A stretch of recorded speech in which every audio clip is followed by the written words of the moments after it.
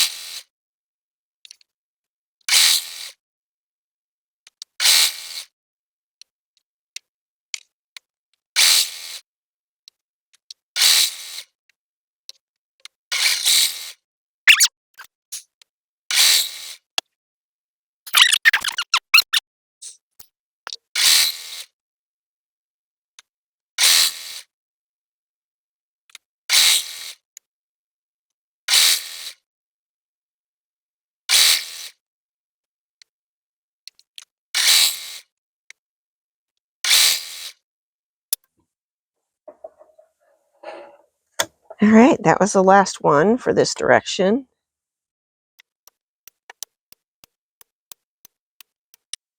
Okay, these are all sewn and trimmed apart. And now I just need to trim all of these off. Grab my garbage can. Oh, it's about time to empty that, isn't it? Now I could cut these with my rotary cutter too, but I think this is much quicker.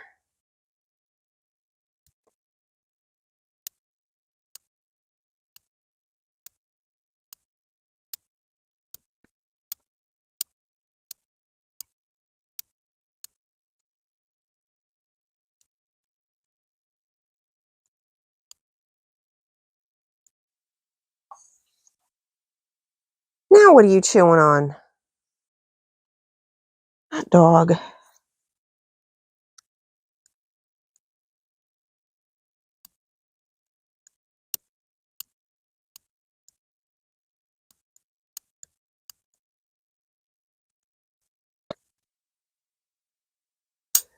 Okay, now to press those all open so I can do the other corner. So these are going to get pressed out like this, but I'm actually going to press these seams open. Hope you can see that. Like that. And that's what they'll look like, and then I'll put the other corner on. Okay, we're moving on. These are all trimmed and pressed. I was just saying to Salty, I said, there's not a lot of contrast there. And he said, well, no, there's not really. And I said, well, I'm committed. And then I thought, well, am I committed or should I be committed? I also had 4 extra of these. So I did not press those in case I have to rip them off, because I need to make sure that I have the right number of these to go on here before I finish those other ones up. They're trimmed because I didn't realize I had extras, but we'll see how that goes. So now we're just putting these on the opposite corners there. This is why I pressed them open, so that there wouldn't be as big a lump there. I am going to have to switch thread spools up here in just a moment. Okay, I think I'm going to start from the other side on the next one, because that was too much. Too much.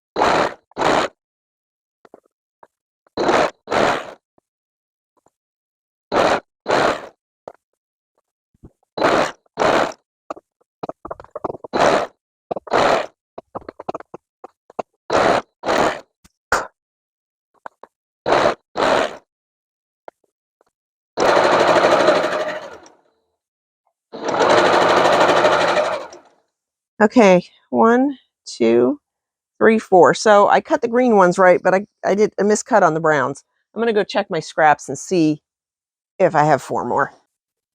Okay, here they are. 44 to make 11 blocks. Are they perfect? No. Are they going to work?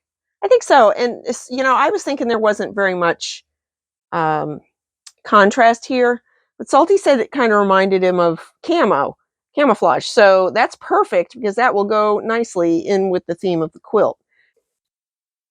And just for the record, an hour and a half to put these partial parts of these blocks together. So tomorrow I will be working on the brown points on the green background, and then we'll go from there. That's going to be it for me today. Thanks so much for watching. Don't forget to like, subscribe, leave me a comment, leave me a hype, you know, all the fun stuff. We'll see you on the next one.